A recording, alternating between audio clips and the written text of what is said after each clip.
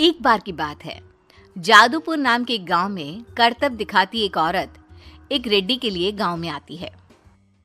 आइए आइए मेहरबान कदरदान, खाइए रोहड़ा के ताजे ताजे केले। कभी खाए नहीं होंगे ऐसे केले, पीले पीले केले खाइए।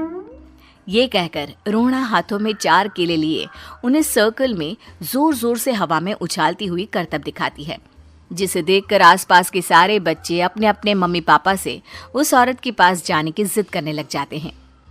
पापा, ऐसा तो सर्कस में बॉल से होता है ना, ये आंटी तो केले से कर रही है। चलिए ना पापा, देखते हैं। रोहड़ा एक पतली सी तार पर चलती हुई केलों से करतब दिखाती है।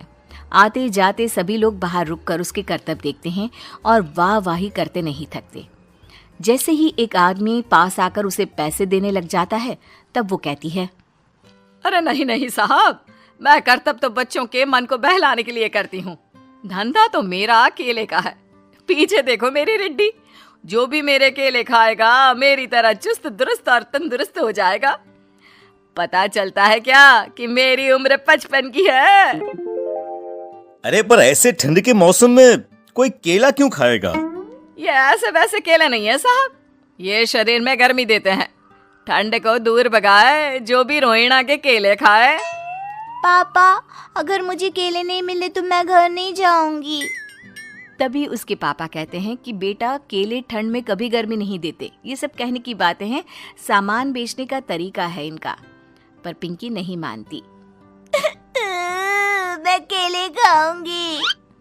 पिंकी की जिद के आगे नत्थू हार जाता है और उसे केले खरीद कर दे देता है। पिंकी खुश होकर केले घर ले आकर खाती है।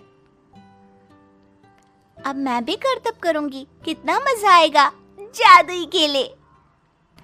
पिंकी पहला केला खत्म भी नहीं करती कि वो बेहोश हो जाती है।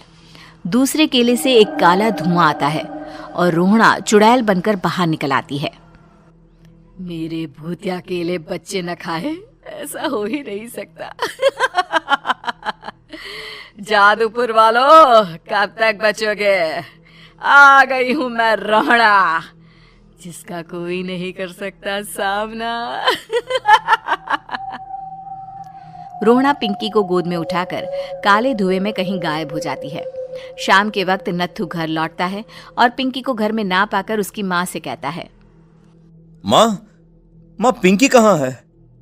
अरे बेटा, उसे तो तू सुबह करतब दिखाने ले गया था ना, फिर कहाँ वापस आए तुम दोनों? मुझे लगा तू उसे अपने साथ मंडी ले गया होगा। हे भगवान, मेरी बच्ची कहाँ गई? मैं उसे घर ही तो छोड़कर गया था माँ। नत्थू गांव के घर कोने में अपनी बेटी को ढूंढता है, पर उसे वो कहीं नहीं मिलती। परेशान होकर आखिर रो रो कर नत्थू हिम्मत हार कर घर लौट आता है। अगली सुबह रोहड़ा फिर से करतब दिखाने आती है और इस बार पिंकी की तरह रोनी केले खरीद लेता है। 50 रुपए दिए थे पापा ने, सारे पैसों के मैंने केले खरीद लिए हैं। अब मैं भी आंटी की तरह ही करतबबाज बन जाऊंगा। यही सोचते हुए रोनी केले खाता है और पहला अकेला केला आधा खत्म भी नहीं करता कि चुड़ैल उसके सामने आ जाती है। मेरे साथ चलने का समय आ गया है रोनी। ये तो बस शुरुआत है। अब इस गांव के सारे बच्चे धीरे धीरे मेरे कब्जे में होंगे, एक बच्चा भी नहीं बचेगा। ये कहकर रोना रोनी को गोद में लेकर काले धुएं में अदृश्य हो जाती है। इसके बाद हर रोज गांव में से कोई ना कोई बच्चा गायब होता, पर ऐसा क्यों हो रहा है किसी को भी समझ में नहीं आ पा रहा था। रोज की तरह अपनी बेटी पिंकी की तलाश में नत्थू गांव के एक तालाब के पास बैठा रो रहा था। कहाँ गई मेरी पिंकी? शकुंतला के जाने के बाद एक वही तो मेरा सहारा थी।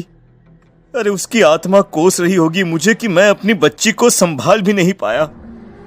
नत्थू ये कहता हुआ रो ही रहा था कि तभी तालाब में से उसे शकुंतला की आवाज सुनाई देती है।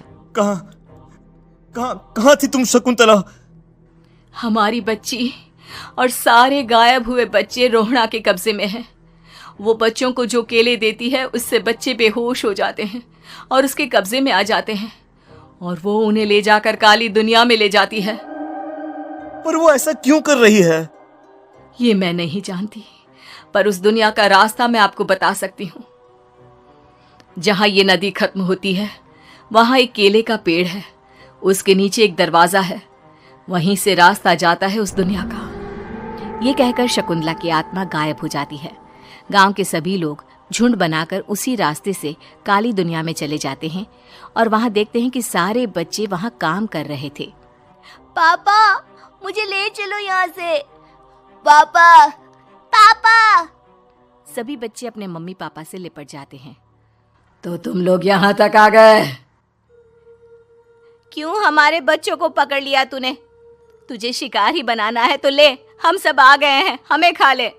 नहीं, मुझे बच्चे चाहिए, मेरे बच्चे के बदले तुम लोगों के बच्चे। क्या मतलब? मैं इसी गांव में रहने वाली एक औरत थी। केले की चोरी के इल्जाम में मेरे बेटे को गांव वालों ने इतना मारा कि वो मर गया। उसी दिन मैंने ठान लिया कि गांव वालों का भी वही हाल करूंगी। कुछ दिन बाद बेटे के चले जाने के दुख में मैं भी मर गई और मेरी भटकती आत्मा एक चुड़ैल बन गई। और फिर मैंने बदला लिया तुम सबके बच्चे छीनकर। बर्दाश्त नहीं कर पाए ना, सोचो मुझ पर क्या बीती होगी। हमें माफ कर दो रोना, पता नहीं ये किसकी गलती थी पर हम सभी माफी मांगते हैं। हमारी खुशियां लौटा दो, तुम भी तो एक माँ हो। गांव वालों की बात सुनकर रोना का मन पिघल जाता है और वो बच्चों को छोड़ देती है। उसके बाद काली दुनिया बच्चों के लिए जादुई दुनिया बन जाती है। अब कोई भी कभी भी वहां आ जा सकता था।